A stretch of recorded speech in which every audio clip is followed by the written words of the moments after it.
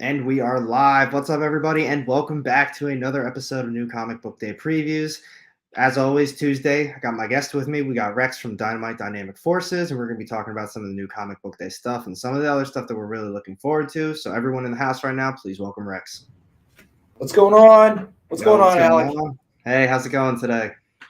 Yeah, not too bad. I can't complain. Another day. So, yeah, the Eagles lost, but not in tragic fashion like the Cowboys. I told you. I was waiting for that. Hey, Dave, what's going on, buddy? What's up, actually Dave? took it easy on. I actually took it easy on Robbie yesterday. Man, I told what's going you. on, Dave? Because he was sad. He even had a sign, hashtag Fire McCarthy, that he held up from time to time whenever I brought it up. So I actually felt bad for him. That was a pretty tragic way for them to get booted out of the postseason. I mean, as Eagles fans, oh, dude, I got to tell you, and I know this is Dave's like favorite part. Adam, what's going on in the house? Thanks for joining us. Adam. I got to tell you that probably the best, listen, we all make fun of that miscalculation, obviously, by Dak and McCarthy, but I mean, you can't have 14 penalties for like close to 100 yards and expect that you're going to win this game. I mean, and the Niners did everything they could to kind of give the game to them, and it was like one of those bad scenes in a comedy movie. Nope, hot potato. Nope, I don't want to win this. You win this, but I mean, I had to bust the stones a little bit. But I mean, the best part was when they started going to the video during the game to all these sad Dallas fans. Oh my God, that was perfect. That was hilarious, dude. That was just, oh my God. I mean, that was just when the clock ran out and everybody's standing there, and I'm just like, dude, you got to be kidding me. This could not have ended any better for us. Oh, I did genuinely feel bad for Dallas Cowboys fans at that. That was perfect. A little bit. I got one final thing to say, and then I want to answer Adam Murray because he came in with a question. All right, so I was watching that, and I literally was like, oh, my God, Dallas is literally going to win. They're down by 6. They're just making moves with less than a minute to go. I was watching it. I was getting so sad. Like, they're really going to come up with this comeback, and then all of a sudden it's going to be all over ESPN, all the Dallas fans doing their usual, like, oh, yeah, weed 'em, boys. No. 14 seconds and Dak runs it. I was like, yes, what is he doing? And then he just like, he didn't even run to the side. He literally just ran straight down the hole. And I was like, man, that's it. That's exactly what I waited for all season.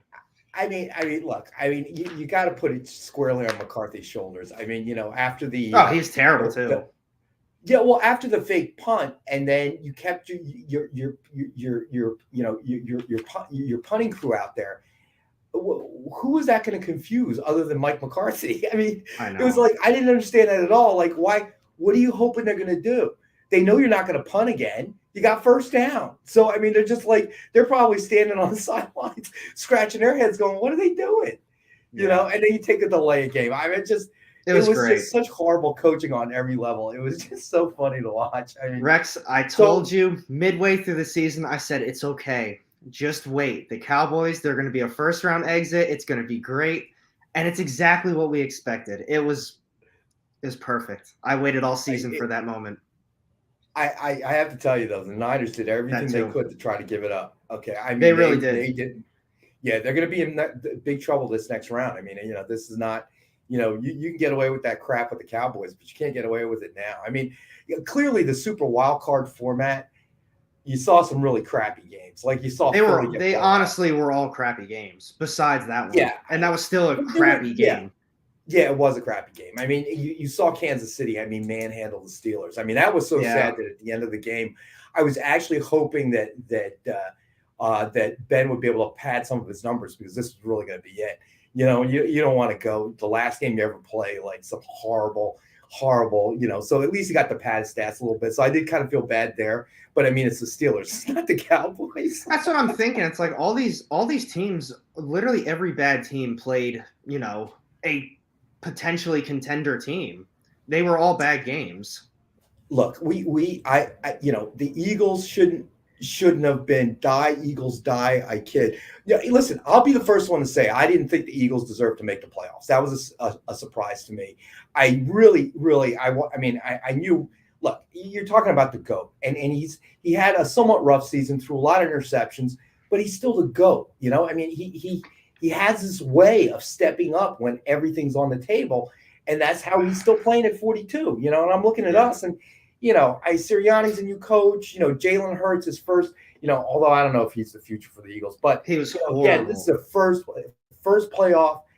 I mean, I wasn't expecting much. You know, listen, the kid. It's the accuracy that's the problem for me. I think that the Eagles have to seriously consider. You know, but I mean, what are you going to do? You're going to get Russell Wilson, but what are you going to give up? No, 3 first-round draft picks. Yeah, I don't know. You got to risk it in the draft. I mean, he can't draft for shit anyway, but he's got to risk it. But there's nobody coming. I don't think there's anybody coming out this year that's worth drafting. I mean, I think that really is the problem. We could have kept riding with Gardner Minshew. Honestly, he looked good. Not good, like man. Great, but I mean, he had that one good game, and then you put him up against a real team, and he didn't look too good. There's a reason he's not starting quarterback. Yeah, but at least with Hurts, you have the scrambling option. You know, he can put up a lot of yards. And listen, that can get you somewhere. I mean, look at the Ravens and Lamar Jackson. You know, it can get you somewhere, but you can't. You know, that's not the future of your team. You know, you can't live and die off of that. But it can get you through a season. You know, I mean, that year that the Ravens, you know, that was impressive. You know, and they did it mainly. You know, I mean, everybody was calling MVP. So. It's just you know, I would want Russell Wilson. Believe me, he would immediately make the Eagles contenders. The problem is, how much do you have to give up? If we only had to give up 2 first-rounders, maybe a second-rounder, and then even trade like Hurts, I'd say yeah. But if you look at the deal that the Rams had to make with the Lions for Stafford, and you know, I personally think Russell Wilson is a caliber above Stafford, although he had a great game. You know, I don't know if it's worth giving all that up, but I don't know. I don't know. I guess we'll see. But I felt bad for Robbie. Yeah, you know, Robbie didn't have a lot. You know how he gets kind of smart like that. Nope. Every time he would just hold up that sign, #Fire McCarthy, and I just start laughing. I couldn't do anything else. I felt bad for the boy, man. I really did. Yeah. All right, though. We're 7 minutes deep. We put everyone through enough pain that's watching right now talking about football. Fair enough. So who was it that you said you had a question? So Adam Murray and figure drawing. Yes. You are absolutely right. Wilson is very undervalued. I think he's great, but at this point for the Eagles, I don't want him. I'd rather just ride with a whole fresh squad. We're not championship contenders. But I don't know. I don't know that you got enough out there this coming season that you can do that. You know. So, but I'd rather ride with Hurts. But all right, we got Adam. That's the wrong one. So. Why does AR Comics spit in the face of DC Comics, though? What did DC do to him? All right, so here's my thing about this. When he was really young, DC bullied him on the street corner. No, I'm kidding. Yeah, I got bullied by DC. No, I'm kidding. So I don't hate DC by any means. I'm very picky with superhero stuff. I tend to really like Marvel superheroes compared to DC. I don't have any attachment to DC characters. However, I will admit DC has much better events that I actually really enjoy reading, Deceased and stuff along those lines. I really like that. And then we also have the DC Vertigo stuff, the Black Label stuff. I prefer that over most Marvel too. So right now I did recently read Why the Last Man. I know that's older, but it was a phenomenal read. I did pick up, I don't know where it is. It's Books of Magic, Volume 1. I am getting ready to crack that open too. So I am trying to get more in the kind of Sandman universe, like books like that, like the DC superhero, I tend to stay away from just because I already get enough of that with Marvel. But indies are my jam. That's the type of stories that I really like. So DC ones like that, and obviously Black Label, those are always just really good. That's what I try to get into personally. So it's not that I hate DC. I already have too much superhero stuff on my pull list, and I'm already not the biggest of superhero fans. So I want to address that because you've said this in the past, but I do want to acknowledge Ryan. Sorry, Ryan. I'm sorry, buddy. I know you're gonna be dealing with this for a full couple of weeks, in my opinion. I think after the Super Bowl, it'll start to die down a little bit. So, but you have said this in the past that you really like DC's event-driven Yes. titles. I think they're extremely well told. And what was that? DC has a wealth of good artists. That is true. I'm a big fan of a lot of DC stuff. This guy, Dave says, I guarantee AR will not finish Books of Magic. It's really difficult to get through. I've heard it's really good, though. But then we got Adam again. This. I mean, yeah, no. I mean, I'll say this much: is that you're very honest when you say these things, and you have issues with Marvel, you have issues with DC. Well, I mean, that's the thing. I mean, if there are plenty of channels and streams where they'll just sit there and they'll praise whichever publisher throughout the show. But I think what makes if you watch Alex's show, and obviously Andy has, you're going to get, or Adam rather, I'm sorry, you're going to get the unpolished view that Alec has about a particular title or a publisher or so on and so forth. And I think that's why people watch, is they want to hear his honest opinion about it. And he's been honest, and he's been just as critical as Marvel. I know you're not an X-Men fan, although I've done my best to try and convert you. I bought more recently. Right. So let me say this. I don't think that Alec will read less. If anything, right now, given the situation that he's in, is I think he'll actually read more than he did before. But he's going to tell you exactly what he thinks, and that's the kind of show and channel that he has, and I think that's a good thing. You want to hear his opinion, and a lot of times it does differ from maybe the mainstream thought of something, but I think that's also what makes a lot of your programming interesting. And I appreciate all that. And to go back to even Adam, even with DC, there's 100 different Batman titles that are still current. I am looking more into Detective Comics, but if a Batman Black Label series comes out, I'm almost guaranteed I'm going to pick that up. And like I even said before, the event stuff, I typically try to grab all of those. DC Horrors, those are all good. The Joe Hill House, Soul Plumber, I read the first issue, maybe first 2 issues. I really like that, but with the move, I wasn't able to continue on with that. I got to find the back issues.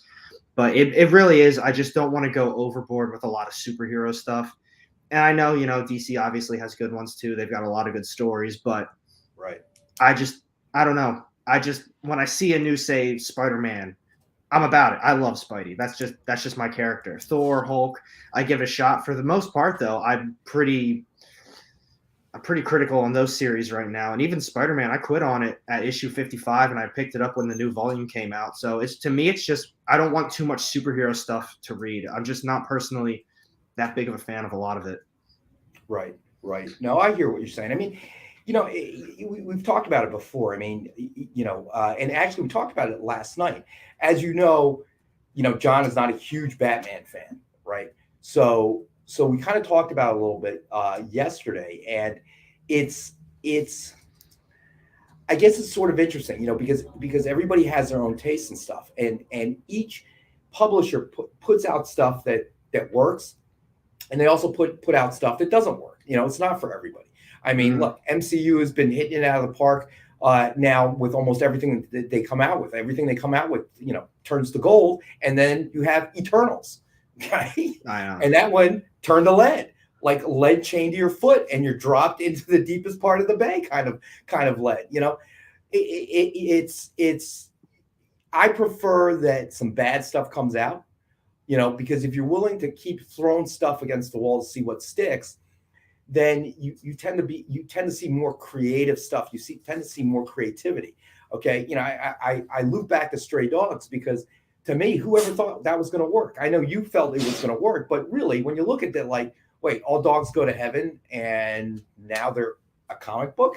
It makes you kind of scratch your head and say, well, why would this work? But if you use that assumption every time, if you take the careful road, what's going to work? Well, Batman always works. Superman always works. Wonder Woman always works. Eventually, and I think it's one of the complaints about movies as a whole is that lately there's been a lot of MCU, DC universe, but a lot of superhero movies as a whole that people are thinking, well, what about all those independent films that would come out, the indie prods and stuff like that would not have those huge budgets and special effects? What happened to those films? yeah, I want to say that, yeah, that is one of the unfortunate side effects of all of this. And if you're not careful, comics can go that way too. And then the only titles you really are getting are Batman, Superman, Amazing Spider-Man, the bread and butter that the studios know is going to make money. Like, I've heard mixed, I haven't watched it yet, and I actually plan to watch it tonight, but when I get home, but Peacemaker, I heard it's awesome. Yeah, well, John was a little bit, kind of looking at it as a comic purist yesterday. We'll have a chance to talk about it tomorrow. John's back, believe it or not. Hell yeah. So, and actually, in honor of John coming back, that better be up here. Where is it? Oh, where did it go? You'll get a kick out of this one. Look what I found. Oh my God. I managed to find his favorite character and his least favorite character on the same title. How great is that? That's so that I added that in honor of John being back from his very long vacation. But it's John was looking at it as a comic purist, and he wondered, well, if DC was going to do it, is that the character you want to do it with, and whatever. I think it was a smart move. I think it was a smart move because Peacemaker was I heard it's hilarious, okay, and I like John Cena. Okay, and I like, I'm ambivalent about the actual comic book character Peacemaker, but I look at it from DC standpoint. It actually is.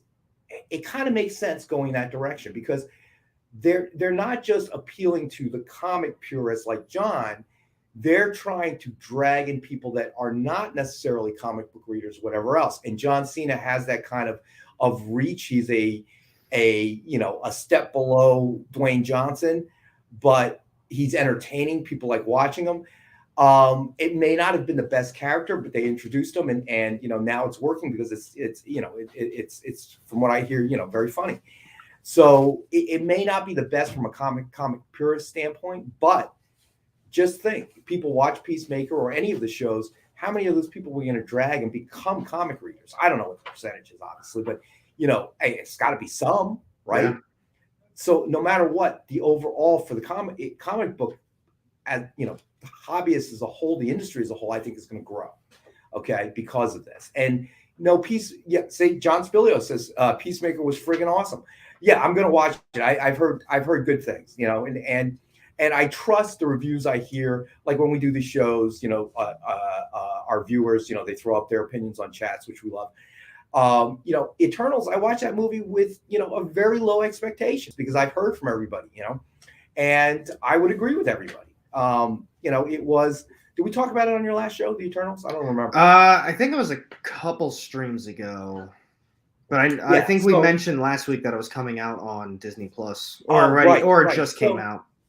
Right. So, I watched it. It wasn't quite, I was sitting there getting ready for a stinker. Just based on the reviews that I heard from friends and our viewers and everything else. So the bar was very low for me. I'm like, I got nothing better to do. So I'm sitting there with a beer. Let me watch it. So I think the intention was good, but obviously the execution wasn't great. Chloe Zhao, I don't think was a good pick for director. She is not an action director. Her films tend to be more cerebral. And let's face it. This is an action film, no matter how you slice the pie. It can be action film with depth, but it's still an action film, So I really don't think that she was the right choice. Some of the storylines, that was the other thing. I think, it was one of the few times you had Robbie, John, me, and Amy all agreeing. They tried to do so much that in the end, they did almost nothing well. They That's how I felt. They tried to introduce so many storylines, and in the end, what you did was you buried us with these different storylines, and none of them were really good. And the ones we kind of wanted to see never really developed. It's like So I just think they did a little bit too much. So Dave says Rex, Chloe Zhao's biggest problem was she did the script. I would agree with that as well. I think Dave mentioned that last night on the show. I would agree, that she tried to, I don't know if she's a comic book reader or not. Okay. I don't know if she, and even if she sort of is, I don't know if she was going to be able to capture what Kirby was trying to get across. I don't know. John had mentioned that the Eternals may not have been the best pick to begin with. I would tend to agree with that as well. I mean, I think, not comparing necessarily the Avengers to the Eternals, but at least with the Avengers formula, you had your single movies focused on individual characters. And it just came together eventually. Right. So then you didn't really need that in-depth backstory because, I saw Captain America First Avenger. So, I know who he is. I saw Iron Man's 1 through 3. Yeah, so I know who he is. So you didn't have to introduce all that backstory. And I think that was one of the problems for Eternals is that you tried to throw this out there and then realize that not only are they not as big as the Avengers from the comics, now you got to explain all this stuff. All right. And, after 2.5 hours and what they tried to explain, I felt like really didn't work, So, I just, it obviously didn't work. And don't even get me started about Angelina Jolie. I don't know why. I assume the only reason she was in the film was for star power. I wouldn't be surprised. Yeah. I mean, because her role was very limited, I thought. And she didn't really play. She kind of reminded me of Mr. and Mrs. Smith. She essentially played the same character, just kind of cold, standoffish. It didn't work for me. I think for me, if they would have made that into a 2-part movie, I think it would have been fantastic. Like a backstory, beginnings, and then whatever their current modern problem was. That would have been fine. But I think Robbie actually had the best suggestion. He said if they turn this into a streaming series, it would have worked a lot better. I can agree with that. That probably would have been a really good streaming show because even if it was 6 episodes, they would have been able to do some backstory, really explain who some of these characters were. Because to be honest, I really don't know anything about the Eternals. I haven't read almost anything at all of the Eternals, so the whole time I'm still trying to even remember who's who. Like, oh, this person again. Like, what's this person's name again? Right. And it's just I kind of just sat there in the movie. I don't want to say the whole time I sat there watching it like, man, I really don't care about what's happening at all. But that's just kind of how I felt. Cinematics were phenomenal. And even the fight scenes were really cool. But the movie itself, like the plot, I don't know. It just the whole Circe Icarus relationship was just I hated them both by the end. It's just the way they kind of developed it. So Ryan has figured out the best way to enjoy the Eternals. He said he enjoyed the Eternals. That being said, I also smoked copious amounts of weed. So a personal suggestion by Ryan is before you watch the Eternals, you want to smoke copious amounts of weed. But by that point, anything seems good. Okay, so the first Mortal Kombat will seem like an Academy Award winner. Okay, that'd have been funny. So. Hey, so on a real note, though, another thing I was keeping track on all week because obviously, even though it's been almost 23 minutes and we haven't actually talked about any of the new comic book day stuff, we really, we really get off on, these tangents. My fault. No, it's all good. I'll take it. I'll take the blame. So last week we talked about someone brought up Strange Academy 15 cover A first cover appearance of I think it's Gaslamp is his name. Is actually still selling for roughly $10 to $20. My shop was saying the same thing, like, we should probably pull some of these. And I told them straight up, I said, I really don't think this is going to be anything. If I was you guys and you're pulling them, I would sell them ASAP. There's already a first appearance out there. Nobody cares about that. And all of a sudden they care about the first cover. I would sell it all immediately. So they did pull that. But to be honest, Marvel is having honestly an insane week. I mean, new Spidey, Moon Knight, Venom, Hulk, Miles. You Star Wars fans got a couple issues. Strange Academy, She-Hulk is a brand new series. A new Ben Reilly series. Silk, brand new series. Silver Surfer, new series. They are having an enormous week of new comics. That's going to be hitting hard. And I think Ryan said also DC and same thing. Like, just doing a quick glance through DC, I mean, Detective Comics, Nightwing. People have been reading the Robins one, a new Batman, the Night series. Oh, that's not the Jock one you guys were talking about, was it? Or is that one just came out, I think, 2 weeks ago? No, that's Zdarsky. And then, even there, there's a lot just in general coming out this week. Which kind of makes sense. I mean, during the holidays, everybody was kind of light, that may have been planned. Some of it may have been planned. Some of it may have been inadvertent due to supply chain issues and just moving stuff around the holidays is always tough. I do know that you had said that.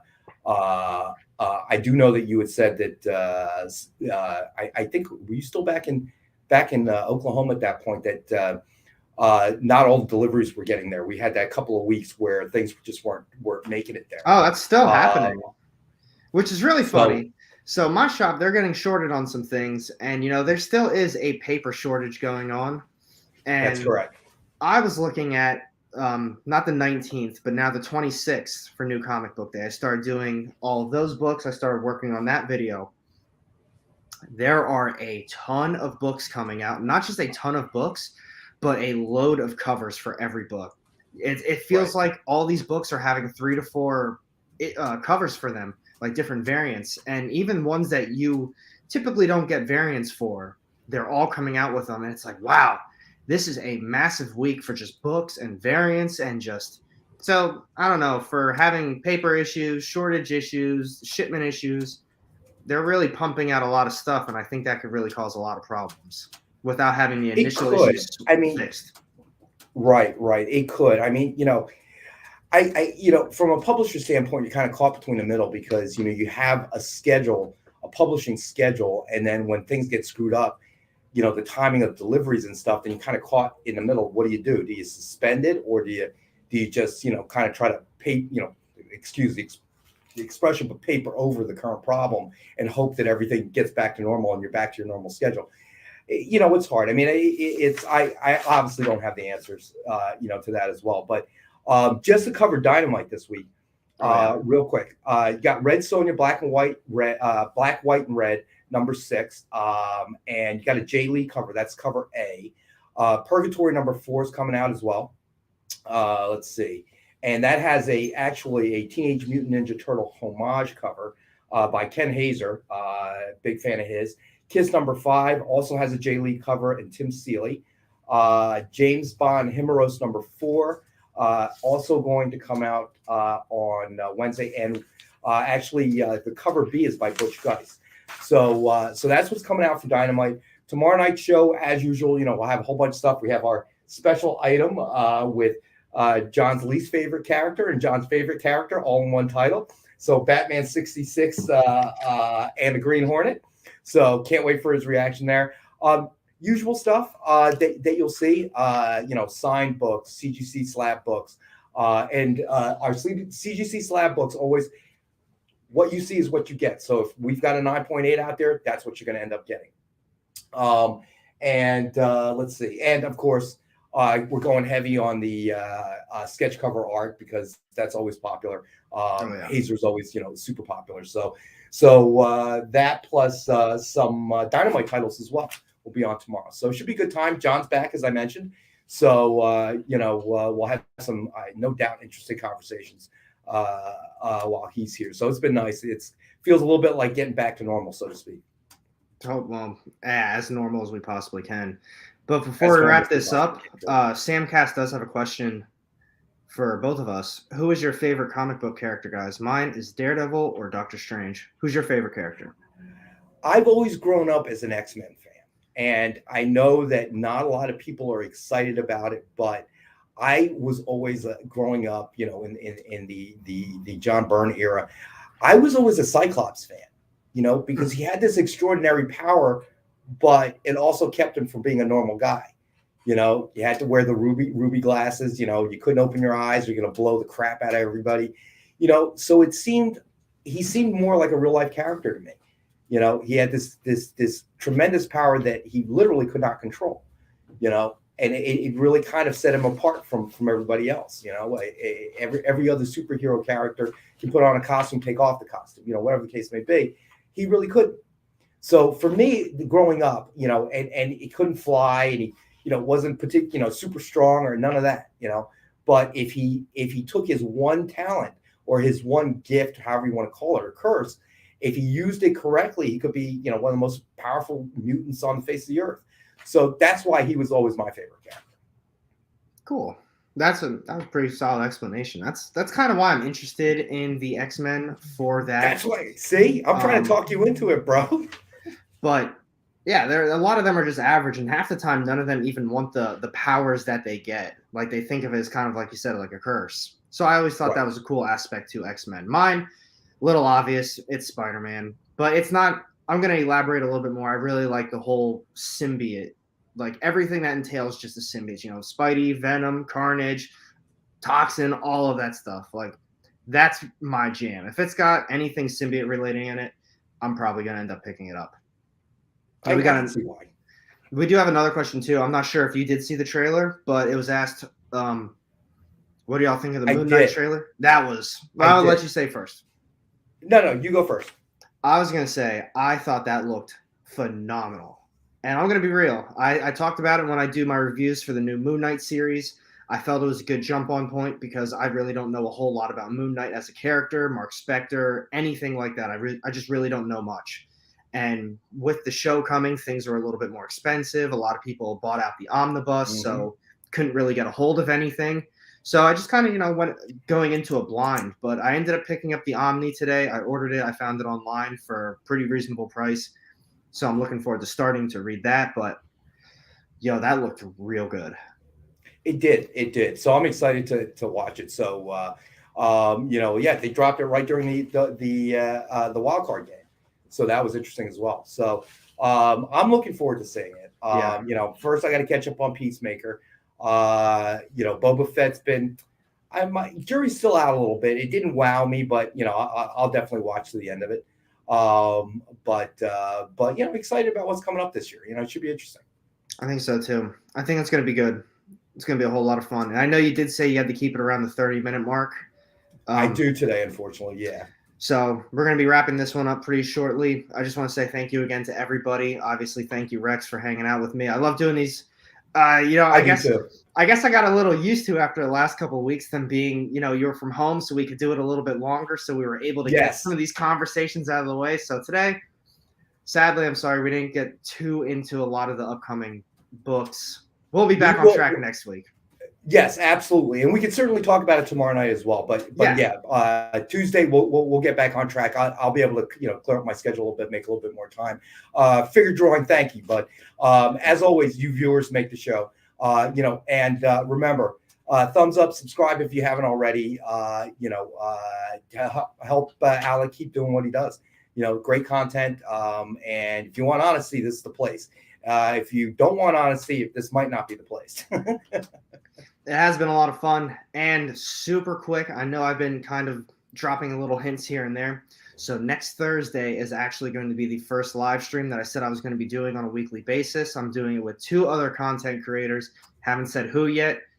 And I'm not going to say what we're going to be talking about either, but it's going to be a weekly live stream. So what the deal is, it's going to be, I'm not sure about the time yet. I think it's 8 o'clock on Eastern time, maybe even 9. We're going to be doing, I think, a month on each of our channels. So it's just going to be cycling through, but the first month is going to be on my channel. It's like I said, it's going to be weekly. It's with 2 other guys. I'm really looking forward to it. That's going to be every single Thursday. And for you guys who are interested in whatnot stuff, you guys already know I started working at my comic shop. I do their weekly auctions. They're every Sunday, Monday, Tuesday, Thursday, and Friday. So 5 auctions a week, LV_comics. I'll even put this in here for you guys. But it's been a ton of fun. I'm actually working on being able to live stream on YouTube and also do that on Whatnot. I'm trying to figure things out, but I might be able to have a weekly live stream just for, what books I'm going to be putting up, stuff like that. We'll see how it goes. Awesome. Yeah. So hopefully by tomorrow night's show, you'll have the time worked out and then you can let everybody know because, I'll definitely be watching. Well, the auctions, they happen at 6 o'clock Eastern every night. It's just a matter of, the days I do the auction. It's just a matter of I can't figure out how to get it all working together on one screen. I'm still working on that. But once that's figured out, that's going to be kind of a more weekly thing I do almost every other night. Awesome. For an hour and a half, 2 hours at most. It'll be a fun time. Awesome. All right, guys. You got one guaranteed viewer, so. Appreciate it. But thank you again, everybody. Chat, you guys rock. You guys always rock. And like I said, I'm sorry we weren't a little bit more on topic today. We're used to the hour long from the last couple weeks now, so yeah, I know that's our bad.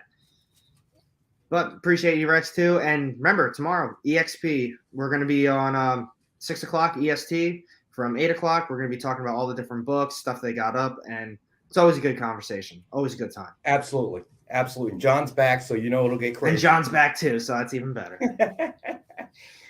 Sounds good. Appreciate it, everybody. Thank you again. Thank you, Rex. Stay safe. We'll see you tomorrow. Take care, guys.